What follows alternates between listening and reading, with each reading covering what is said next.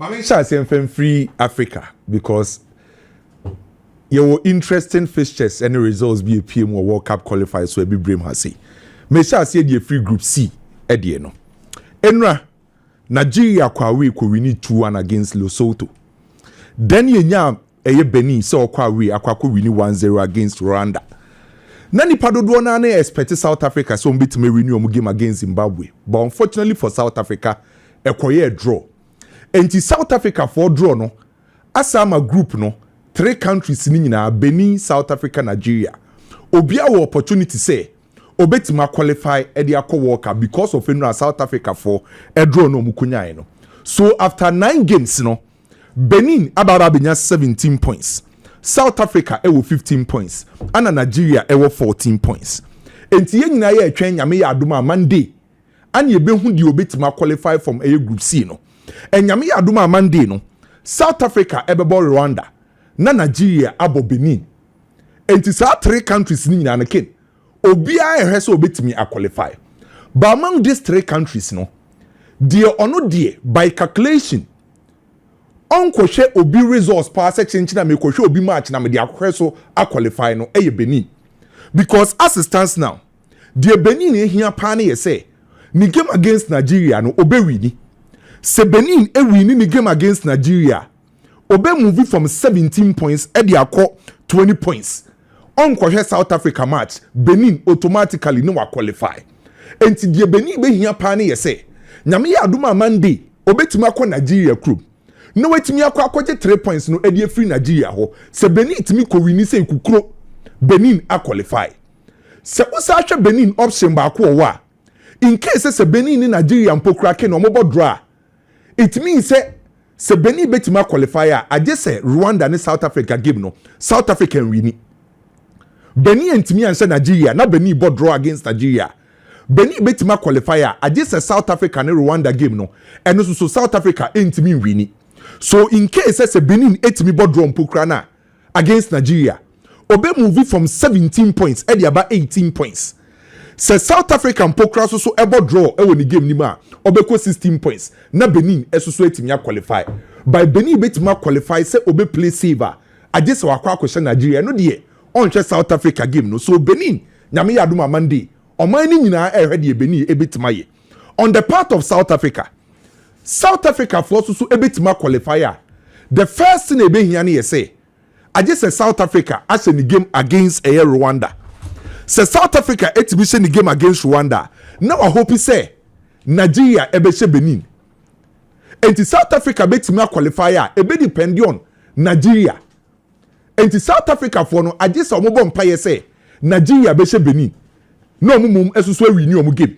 Send team a friend say South Africa every nini gamer then on so a movie about besign Benin ho so South Africa ebe hia Nigeria for emodembo ansa no metimi qualify enti South Africa game no ebe depend on how Nigeria so ebe say eye Benin national team no so it's up to Nigeria say on be adwuma ne kese no e de ama team a friend say South Africa eno be hwe Nigeria so option obetimi dia qualifier among 3 countries ni nyina no de ne de den pa ye Nigeria de no. Because one, say Nigeria betima qualifier, aje say Nigeria winning the game no. Nigeria winning the game ni wia. Now a bomb paye say Rwanda so ebetima stop South Africa. Say Rwanda ntimi stop South Africa. Na Nigeria winning the game no kra na Nigeria ntimi qualify. So apart from say Nigeria winning against Benin no, I was say Nigeria sa bomb paye say Rwanda ebe stop South Africa bo buku no. Na Nigeria so winning the game. So obeshe goals no be 3 or more goals because they say World Cup qualifiers now ye no the first thing they determine the top group no points after points no goals different and as it stands now goals difference no usho mu group na team and friends say Benin +5 South Africa +3 Nigeria for no so de nti say agese Nigeria be qualify agese Nigeria enya 3 or more goals so o check 3 teams na ken de ne de den pa no a team a friend say Nigeria by say Benin etimi ko wini against Nigeria nyame adom Monday Nigeria ebenyo omo first World Cup qualification because if it is here shall say World Cup from 1930 ebesi 1958 na Benin a part of Air France na Benin eto so enye part of FIFA enti ye hu Benin e World Cup ana from 1962 World Cup wɔ Chile ebesi 1974 World Cup ɛwɔ Germany na Benin so no ɔmo nyante ɔmo ho by from 1978 World Cup Argentina ebesi ne a Benin ɛbɛyɛ part of FIFA no Benin qualify for World Cup da enti nyame adoma Monday se Benin etimi kɔhyɛ akin Benin ayɛ record and the former Nigerian head coach ɛsoso na coach Benin national team no enti Benin etimi kɔhyɛ Nigeria senior kin Benin for the first time our country in history ɔmo qualify for the World Cup. South Africa for also qualifier after 2010 World Cup you South Africa wo host no you South Africa be our World Cup. After 2010 World Cup you above 2014 you South Africa. You about 2018 you South Africa. You about 2022 you South Africa. Even in Pokhran 2010 now you South Africa no na you host nation. By South Africa elbow qualifiers e dey be PM of FIFA World Cup no we 2002 Korea Japan free war you South Africa abo World Cup qualifiers a qualify and the South Africa so after 2010 almost so him so betima qualify for Nigeria after so almost so equal 2018 World Cup no you Nigeria e World Cup the last edition Ghana na ma Nigeria qualify by kin say Nigeria to be qualifier me ebe shock me kakra because among these three countries Benin, South Africa, Nigeria there any chances difficult pa no Nigeria national team no so Monday was our group no you be hwe bi obetimi a qualify. Another interesting group group B South Sudan enra etna fie ma Senegal be share ne 5 ana Togo tena fie ma DR Congo be share ne 1 enti sa wo check sa group ne so a akwakoye Senegal ana DR Congo ana e battle was our group nim. Senegal as it stands now with 21 points. And DR Congo 19 points. So Obia last game and they be determine why and they be qualify. Senegal at Nefi abo Mauritania. Fie. Then DR Congo to Nefi abo Sudan. And you most likely say Senegal be winning the no. Na Senegal qualify from sa group no group B. And you likely see Benya Senegal say or be qualify. Then uko group F. Gambia at Nefi ma Gabon be share in 4-3. Ana Ivory Coast ekwa away win 7 and say so almost two group no that's group F. Ivory Coast 23 points, Gabon 22 points and just a point and a separate side two countries we and nyame adoma the last game and be determine why they be qualify from that group that's group F. Ivory Coast ebetine fie wo Abidjan no abo Kenya na Gabon atine fie no abo Burundi fie. And what check Gabon ne Ivory Coast omo opponent ombe show omo last day na wo compare ube woni say Ivory Coast die no meeting Kenya what they compare Gabon na o sia Burundi na obeka say Gabon die no manageable than Ivory Coast die no but me pretty sure say Ivory Coast etna Abidjan no ebe extremely difficult say Kenya ebetima akọ Abidjan no wetimi akọ say Ivory Coast bobuko no because the lives of Ibrahim Sangari their key team omuntina wo say sa opportunity wo omuntimi qualify and say Ivory Coast team qualifier we be omo fourth timer omo qualify for FIFA World Cup omo ko 2006 omo ko 2010 omo ko 2014 after 2014 2018 yehu Ivory Coast wo 2022 yehu Ivory Coast wo and this omuntimi qualifier Ivory Coast omo fourth time omo ko World Cup and group F most likely say Ivory Coast ebe qualify and ken oba be brem ha say na I think say group anipa adwen woso pano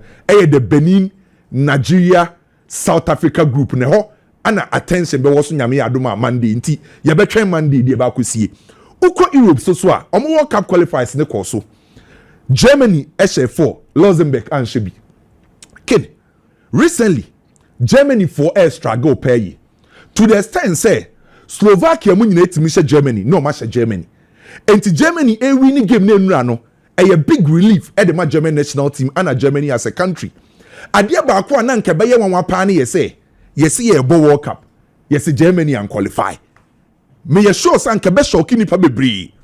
Because I will check Germany group I don't think say obi to say Northern Ireland, Slovakia, Luxembourg mo ebe qualify ahead of Germany. So after enwa Germany for win no, ama Germany for about 6 points or maba be topic group no. And at the current time, make us say a best shocking paddle say, see about World Cup qualifiers, see who Germany, or the major tournament. If it is here, say about World Cup in 1930, Bessineno. You about 22 editions of a FIFA World Cup, 2026 Kahwa, a 23rd edition. Out of 23 editions no FIFA World Cup no, Germany abo World Cup nkwa 20 times. Emu mienu pe ani yehu Germany say omoba FIFA World Cup. 1930 World Cup yehu Germany wo ho. And the major reason why I am yehu Germany in 1930 World Cup ni say the FA na ewo Germany ain't me am making sure say ombenye ska e the national team akobo 1930 World Cup because 1930 World Cup na akwakoye invitational tournament. By that time na the financial crisis na hit Europe no ebi kan Germany enti Germany omo federation enye ska ma omo football no so omo nko participate e wo FIFA World Cup in 1930. That's the reason why in 1930 yehu Germany. And in 1950 World Cup yehu Germany because na omo FIFA ban. And these are the only 2 World Cups I yehu Germany wo ho 1930 and 1950. Apart from these 2, every tournament FIFA World Cup biano Germany wo ho. So me expect say Germany ebe qualify. And then na make Germany game no. Julian Nagelsmann adie bi ma manage ye. Enra obo ne 4 back. Ana obo Goretzka, ana Yusuf Pavlovic won finfi ho. Unse mostly anko bia be expect Kimmich say anko mebo won finfi ho by enra Papa friend say Nagelsmann ma Kimmich ambo finfi ho o ma Kimmich e ko ball right back. Ana Pavlovic ana Yusuf Leon Goretzka e won finfi ho. Ana ode Serge Gnabry to the right side, ana Yusuf Karim Adeyemi on the left side. Ana obo Florian Wirtz behind the main striker. Nadia Nagelsmann any say Oma Kimmich no the right back player no and the close dictator.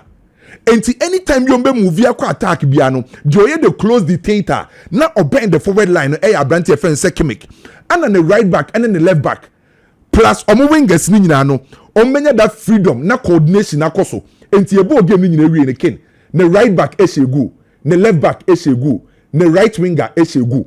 Enti adien na papa friend say Nagelsmann here no o use Kimmich as the close dictator oma the right back left back and a wingers need freedom no menya coordination no and my Germany wings no effective. That's the reason why right back left back winger ebe ma o sa goals no e wo game nim. So far Germany we hope so be qualify ni hu Germany yepe all the big giants e wo FIFA World Cup nyame adoma 2026 Germany e most likely so be qualify no atop in the group. France share 3-0 against Azerbaijan. Again, Oshe France group now is so clear say France ebe top it. So far after 3 games, we have 3 wins at France. Ono lose game. By Ken, nukure woman eye ba akope. Abrantie na e friend Mbappe no or form. Ne form woman no.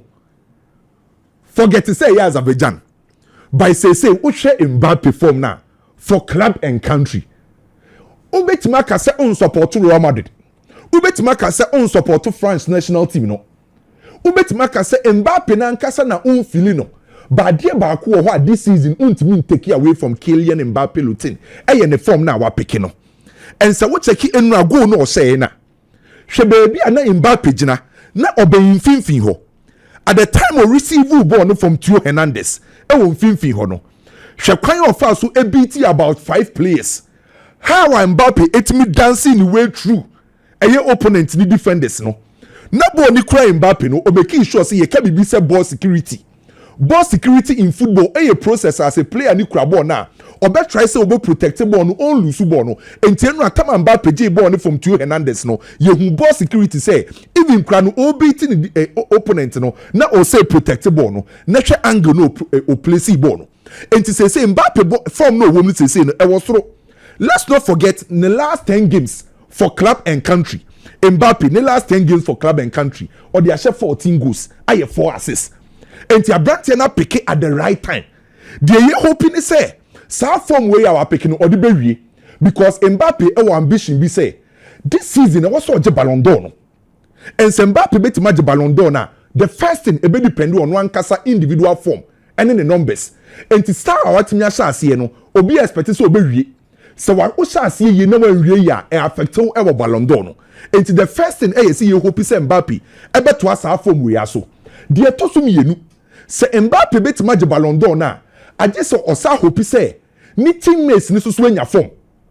There is no single player waje Ballon d'Or obeka se ono nko na ne form no e ma ne koje ye. E wo se onya the complement of ni teammates. And it's Mbappe bet match Ballon d'Or na aje se ne French national team ni players no epic form no ma complement Mbappe effort I just say Real Madrid for players no omenya form no ma complementing Mbappe effort season ye Ballon d'Or nansia na ye Dembele can you say Dembele form ne nkwa na ma na je eye Ballon d'Or na the effort of Vitinha Donnarumma Joao Neves mo Kvaratskhelia mo eboaye even matches bi wo ho a na nye Dembele na ye the best by the players no effort no ema ni team PSG etimi winning na cover wo player no enti se obeye the focal point obeye the main man a enye matches ni nyina na obetimi dominate matches bi wo ho a ube expect two teammates ne se on be carry team no na wako wanim enti se Mbappe betima je Ballon d'Or na o hope say Vinicius Junior obenya form no Jude Bellingham ebenya form no Rodrigo Adagula mbenya form no no ma complementing the effort of Mbappe obe hope say French national team no other players ni betimenya form no ma complement Abrantie no effort enti Mbappe de ken de hia pa na say ne form no de ahase no ode bewie na ne teammates around him esoso etimi aboa Mbappe badia ba kwa ma notice ne second wahwe Mbappe sharpness say Mbappe sharpness o si akanya who say player ne sharpness e was ropa and a little bit of education so what is a football you can say player bi anya ne sharpness e was sora football player sharpness a player ne overall ne match fitness ne technical execution and ne tactical reading and to say Mbappe e si akanya who say apart from injury na be setting who say Abrantie no after say o lose weight kakra no who say ne fitness ne match fitness no e improve o hwe ne technical execution a hwe kwan ofa so e finish balls no and the execution the converting rate no eso etimi improve and ne technical reading hwe kwan a say ofa so e read game no and eno ne ka say Mbappe ne sharpness no etimi improve me hope say this season e be fine season e de am Mbappe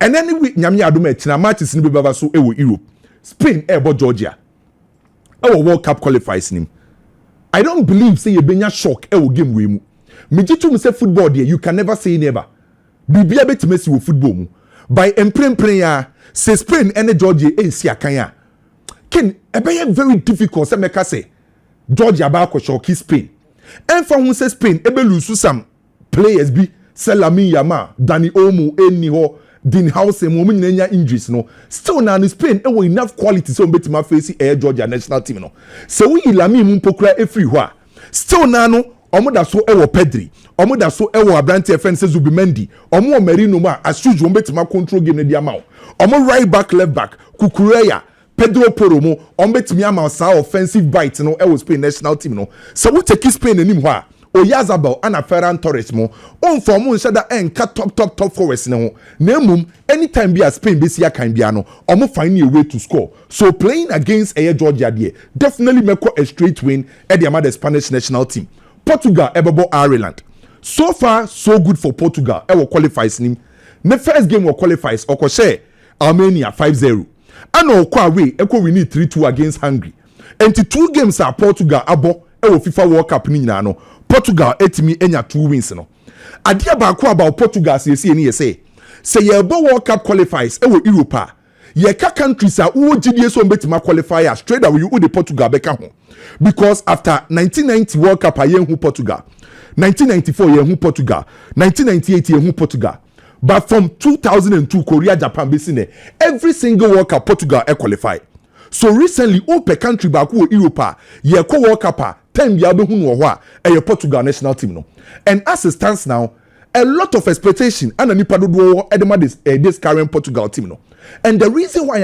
for expectation was through edema Portugal team no the first thing the quality you say Portugal arguably uko Europe uka top 5 countries are omo enough quality wo every position bia untimi mbo ni Portugal fan free wo from the goalkeeping department defense midfield forward line every department bia say Portugal e wo enough quality ade e kan say squad depth entiene Roberto Martinez in the first 11 at the Portugal national team omo te bench ni equally omo bema onim some so better be perform at the highest level and the squad depth Portugal e will be and let's not forget this current Portugal team no ken omo bom ho achew so the level of understanding esa e was through and to omo qualify for FIFA World Cup no ye ka countries and kofo expect to say e was omo bom ho modern no mutimije World Cup ni bia kofo te Portugal say e was omo susu timije World Cup ni bi so far ometimi agi Euros UEFA Nations League omajibi ye Portugal team a Now Eusebio, lead Portugal team no.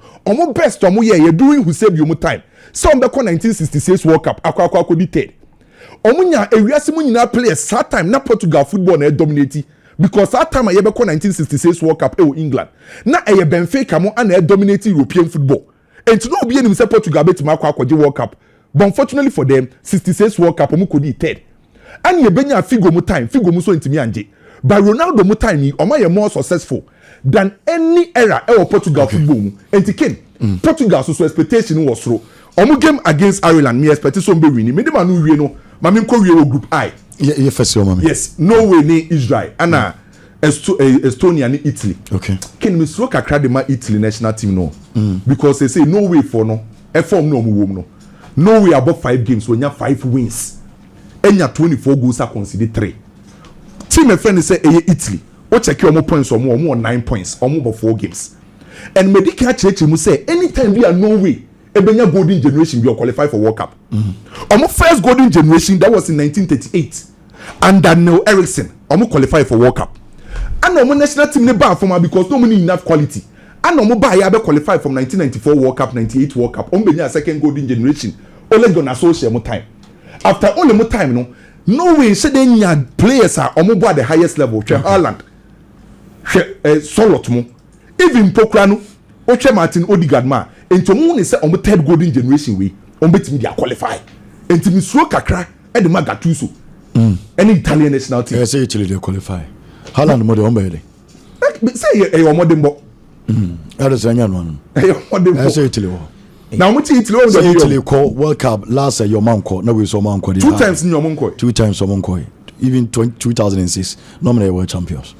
Necessary a World Cup na Odegaard Haaland mo nko bia say no so be problem mo Haaland ni Odegaard mo Oscar Bob mo Oscar Bob Alexander Sulot oh no way with team nti they also deserve o mabre nti meme die meta no way chi o no way na of course okay Italy team na nya papa biasa the Italians but nya papa kra na mo ba mutime ha adwen kakra nti na eta no way chi okay Ken share mama Sam fi Kylian Mbappe wo me monitor situation me hwe so ba bedru na mahwe de Madrid for be ka che Kylian Mbappe na mahwe what Madrid stands ebeye with the French national team. Ken, now saying we've been discussing this say players the national team no omuko no omupra then automatically a national team for no na ayesa no omupra players no until normally yeah football fans no don't do na as a player ko pra with national team na ye blame national team for no the recent one has been Lamine Yamal situation with the Spanish national team on the De La Fuente situation no Ken no question pass so a woman say I think we need to have a second look about the situation. Sometimes information so fi players no sometimes I think the footballing fans discussions about injuries at the national team we also need to look at the perspective of the national teams any players na say we see force national teams no. Let me give you an example. Madrid and Villarreal a game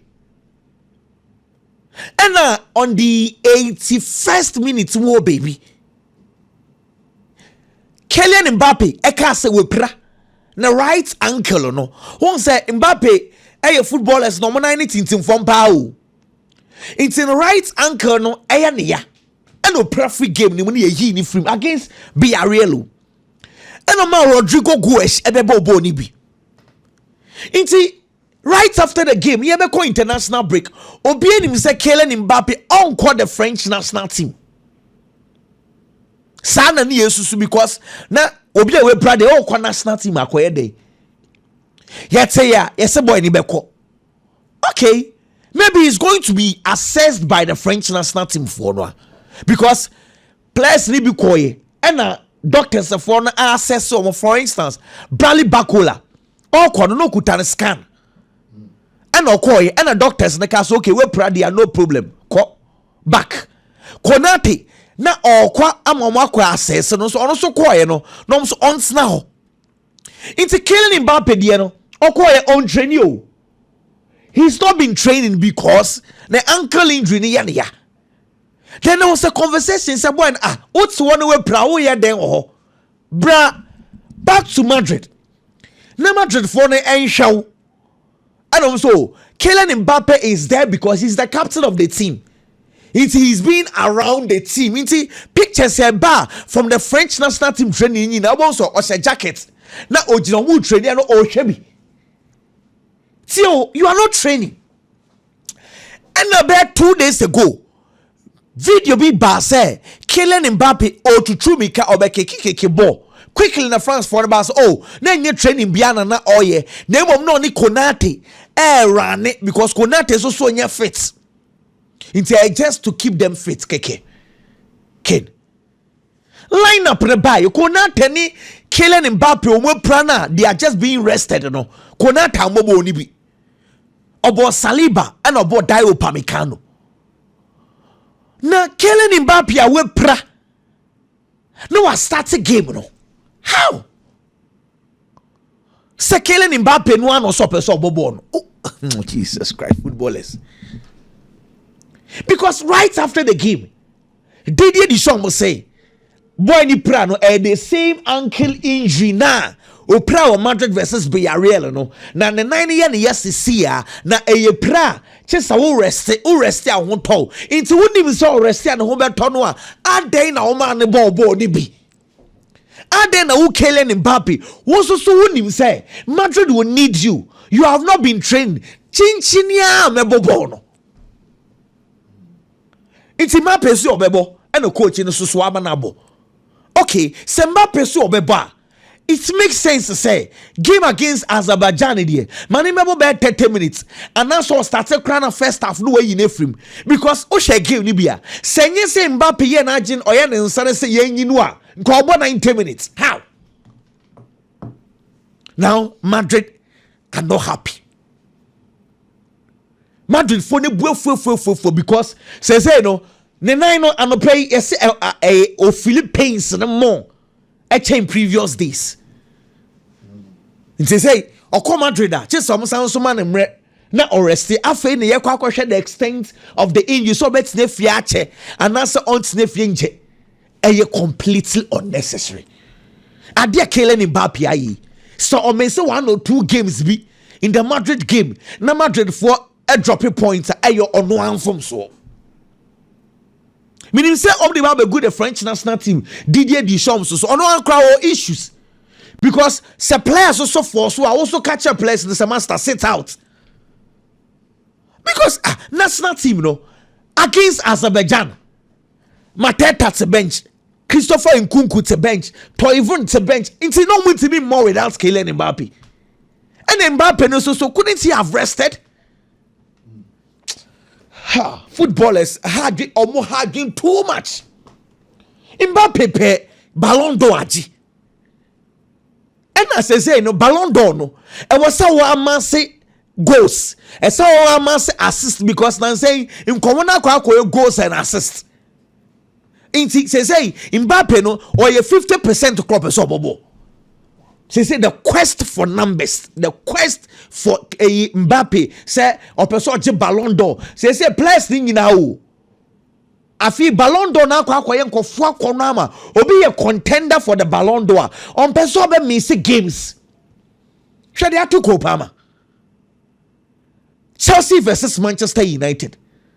Unya fits. Enzo Maresca say anopa.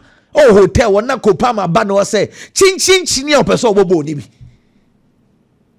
No be den senior man so bebo. Kopama kobo ye ene ne if it is so Manchester United game ayi ni film omo obo bio.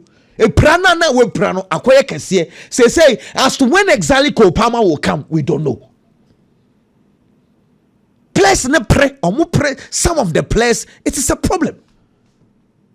Dani Olmo off the Spanish national team camp. Dani Olmo okono.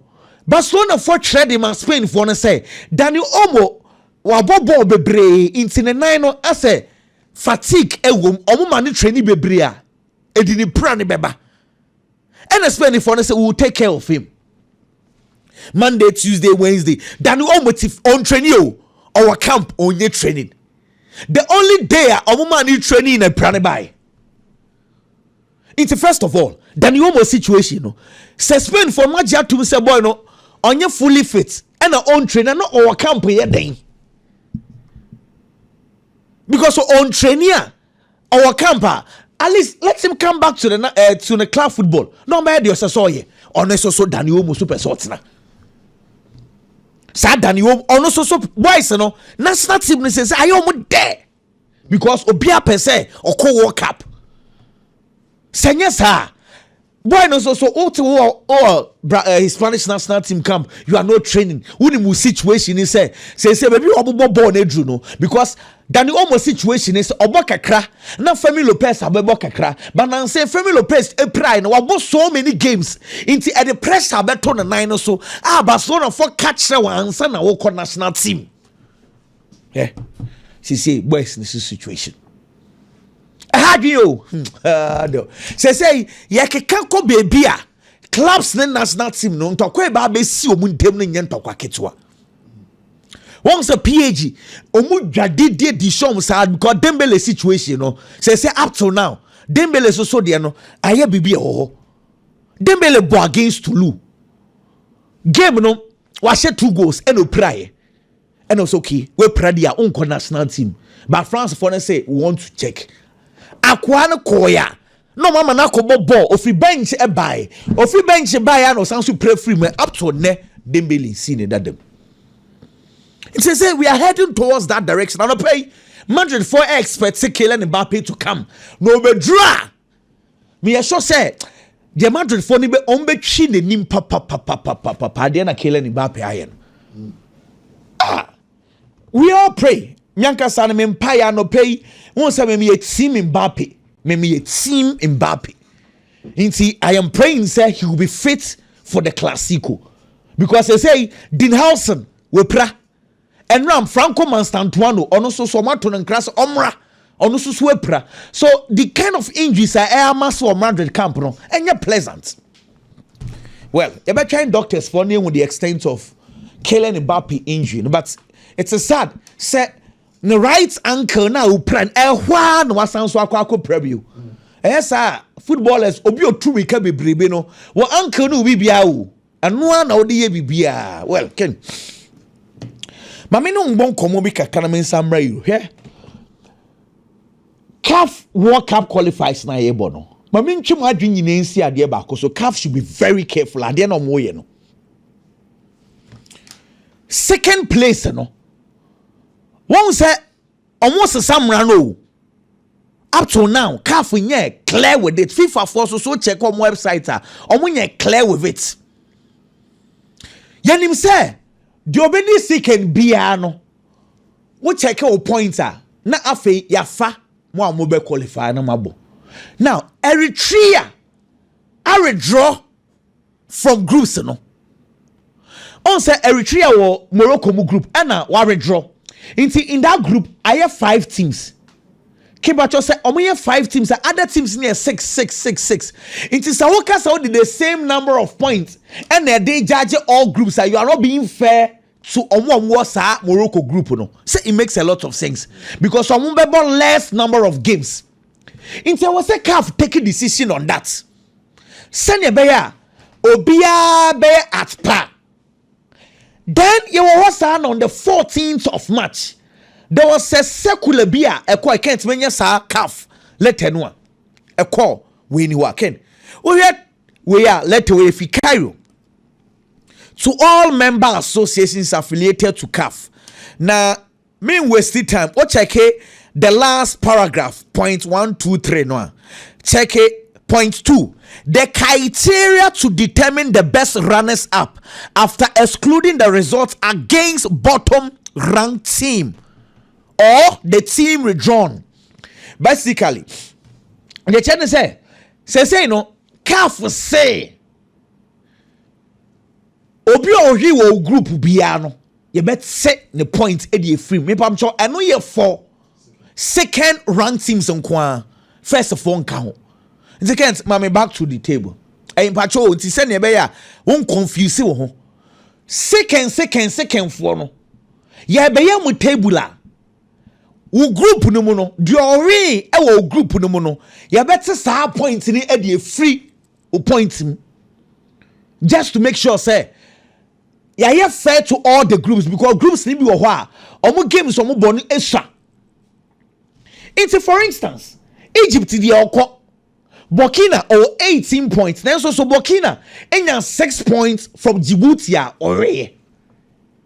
Inti ebetse the point ni e dey free. But what them come na me ni wodi na say. Inti Burkina o check here say 12 points e wo table no so. Again, Senegal, DR Congo. Say DR Congo onya 6 points from South Sudan. Also say better 6 points e dey free. Group C and a serious no Nigeria mo group no eno na nkomo ne de ba no won say wo hwe table no a Nigeria for nimo because they say Nigeria does so third. Now this is how it is going to be. Say in their group we already know say Zimbabwe for na are na Zimbabwe for there Zimbabwe for mo ne South Africa for mo wie kra sune South Zimbabwe for no Zimbabwe 40 say one more of you obo no South Africa Durban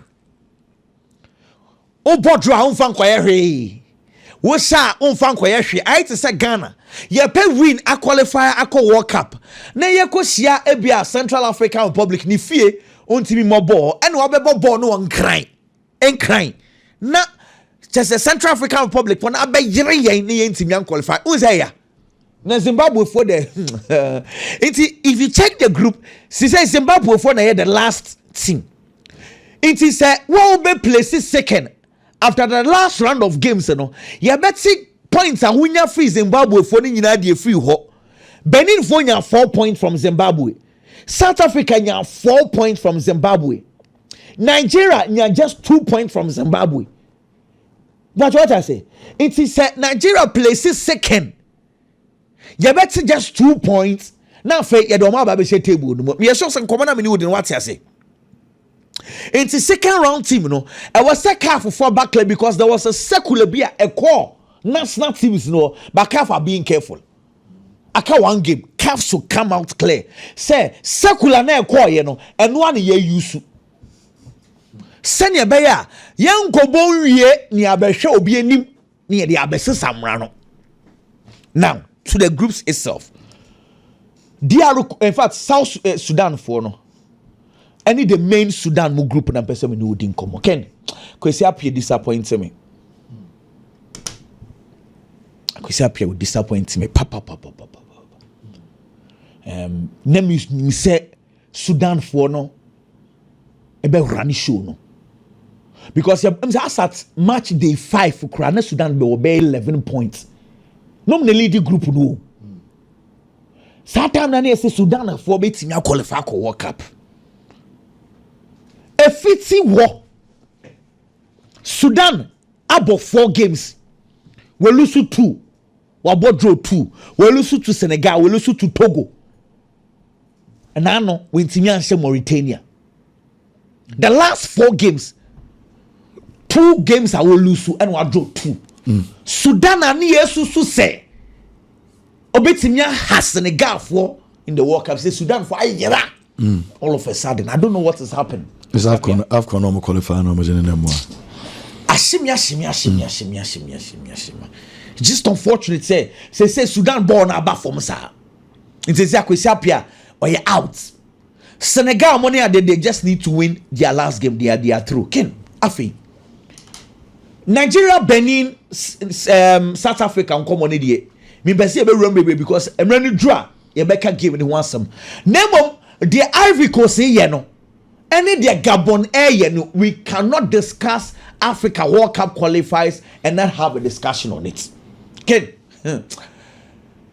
Ivory Coast I said 22 goals on consider 1 goal bowl. Hey, born dominate. What's a record? I'm so happy for them. I didn't say Fai was surprised you be. MS Fai. Oh my goodness. Hey. But they're tight. And I feel like Omobi Ness and Combo last game. And then since I am Yanni say former Ivory Coast one in case I saw a national teams ni nyina emu but Gabon force so surprise ye nyina na enwa Aubameyang 4 goals almost 4-3 on kwashe 4 goals o carry the country no hey Gabon wow and so many Ivory Coast draw na home e won feel any day how mo into say I am simple just a Kenya focus surprise Africa which I don't think say possible into Gabon automatically they are through Ivory Coast so many success pass ni bida but you say Ivory Coast say Kenya for hey me nya sure say service Ken me pacho mama wie with the story kakra yeah quick mama pacho mate hwe Vinicius Junior and in ebusuafo they should respect Real Madrid.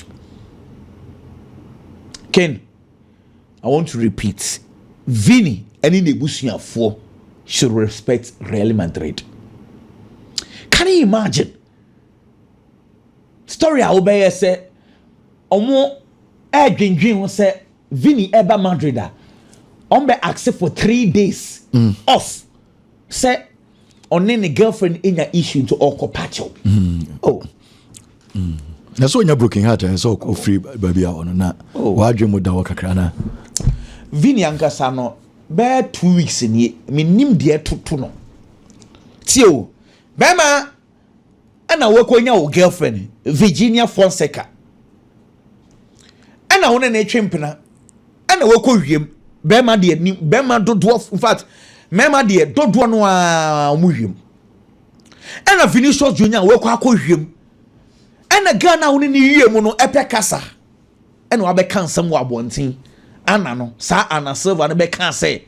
Vinicius Junior crown say you try to channel Bema had this no. In some day be bray and perceive because or then WhatsApp messages eba intina Vini in one will be a ye. Yacho. Work him any yacho. Then there was a public apology from Vinicius Junior to the main girlfriend Virginia. No, say because I don't normally see that. It's a footballer, a bear apology to the girlfriend, and a Vini a full statement in the tour a pacho so upon the girlfriend nature. And now, or say go no akuja camera and any more blow kiss. Utimu say Vini Vini is in love with this girl.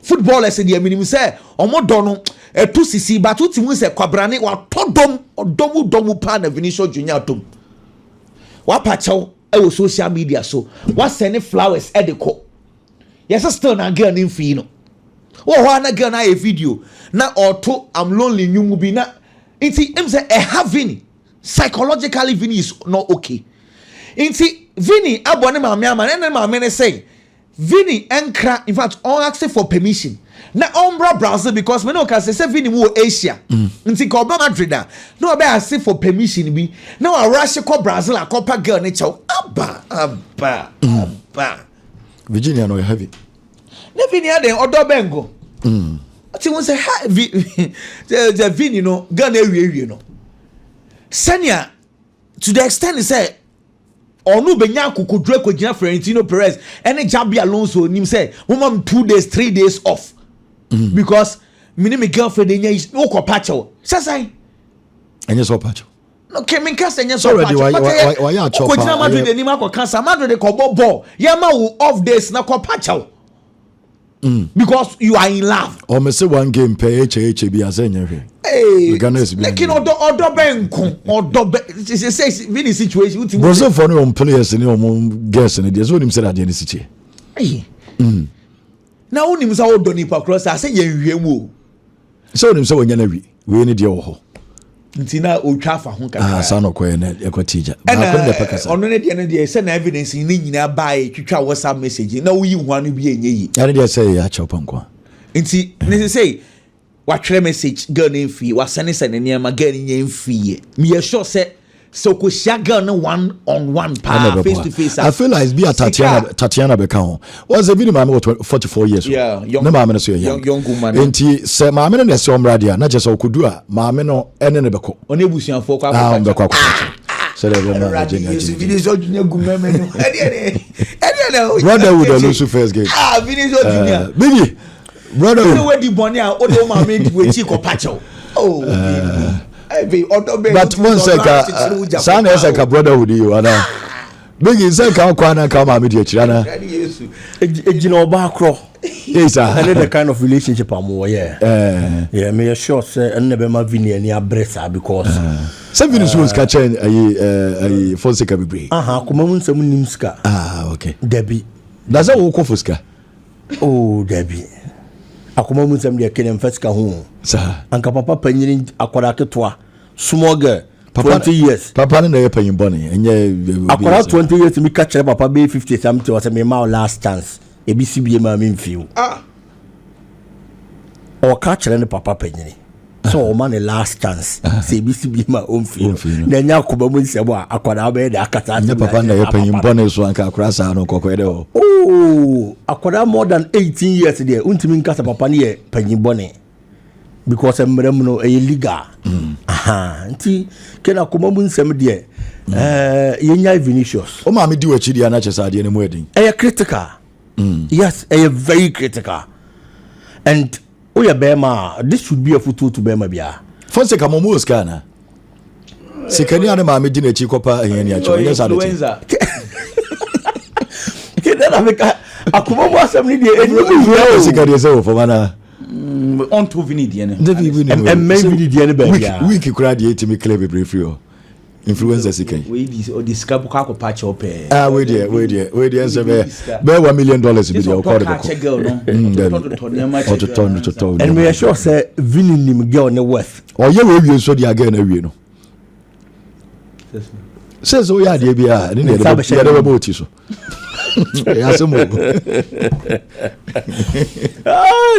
it is life and I feel say Vini nim girl on the west onim de girl no eye de boa no that is that can be man any abre say kwan bia so say wo pre na otimi nya no kinam South Africa issue no matena se adwen ho na eye me ya e de ma coach e friend say Hugo Bruce because sa wo be ye adwuma to this extent now adwuma na waye ni nyina no e ba be cut down the drain just because of a mistake and I say an oversight baby. South Africa qualified for the World Cup in 1998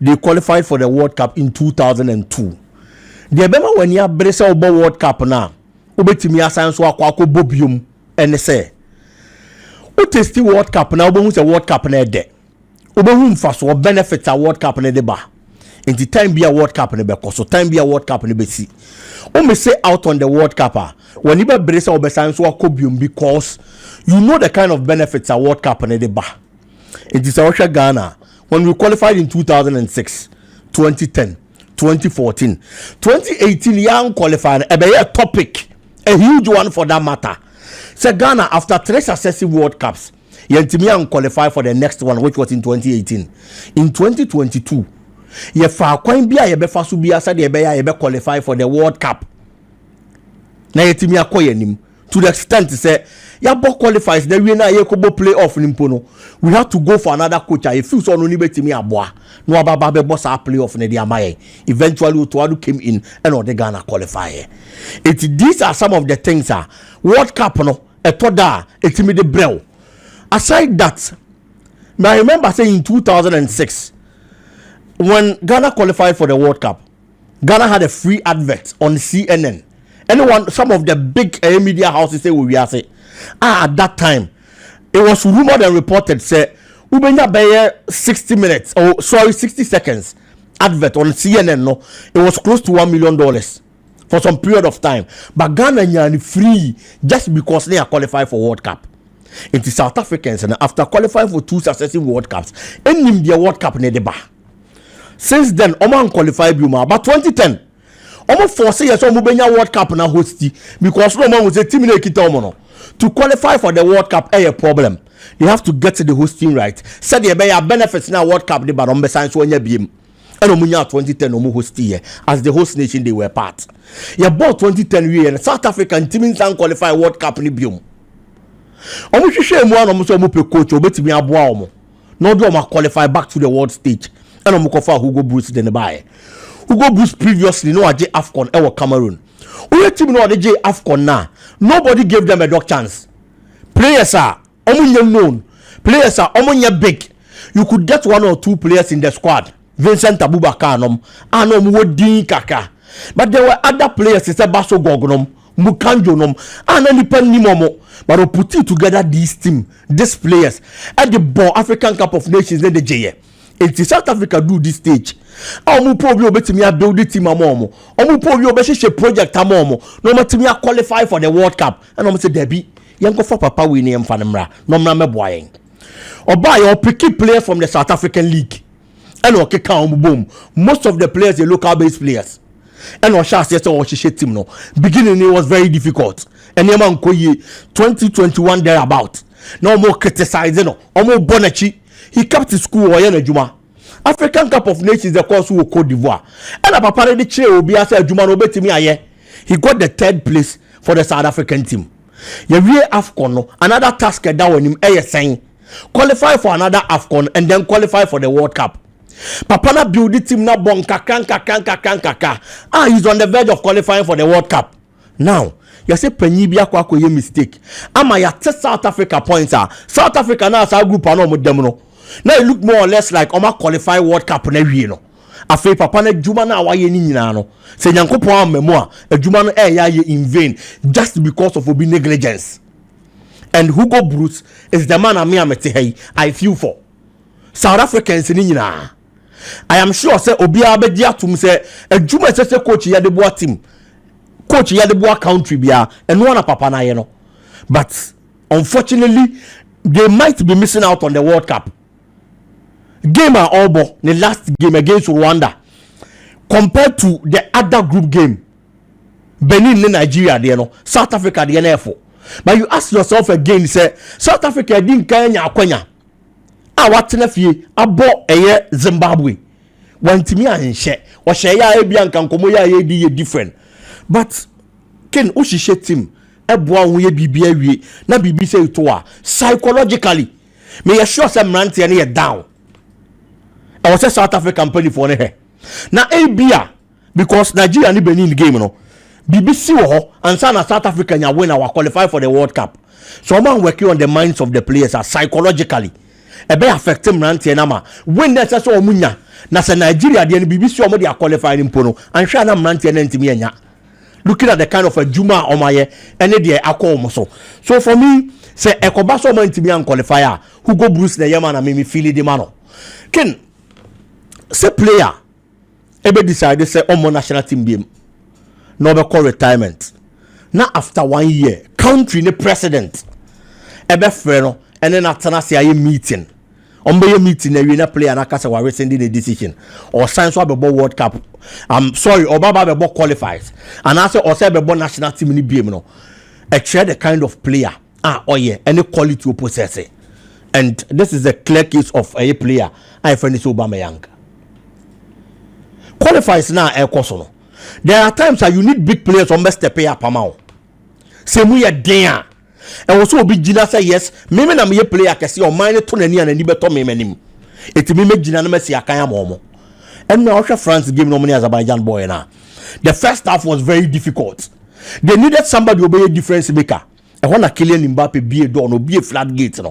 Shebe be o peke ball no. Players will take you on and sana okwa konya go no e dey ama France. Omo ba second half no. Now fe omo nya the confidence booster in the first half away through Kylian Mbappe. Aubameyang decided to omo national team ni biem. He was called by the president. And in it na say kasa ye say omo be here no national team ni mu as a leader, as a big figure. And so our national team ni mu say so oba back no be see akan de omo. Where it mattered most and no money Gambia. No mashe. Omushe go na Yankuba Minta atekano. No masayashe. Na Gambia atekana baba be lead 3-2. They needed somebody who best serve as a leader. Obe jidem di ama on mine no bobo na she goals di ama omo. Aubameyang was there. 4 solid goals in a World Cup qualifier. He did everything on the field of play. Tackles are in here crampo na oko.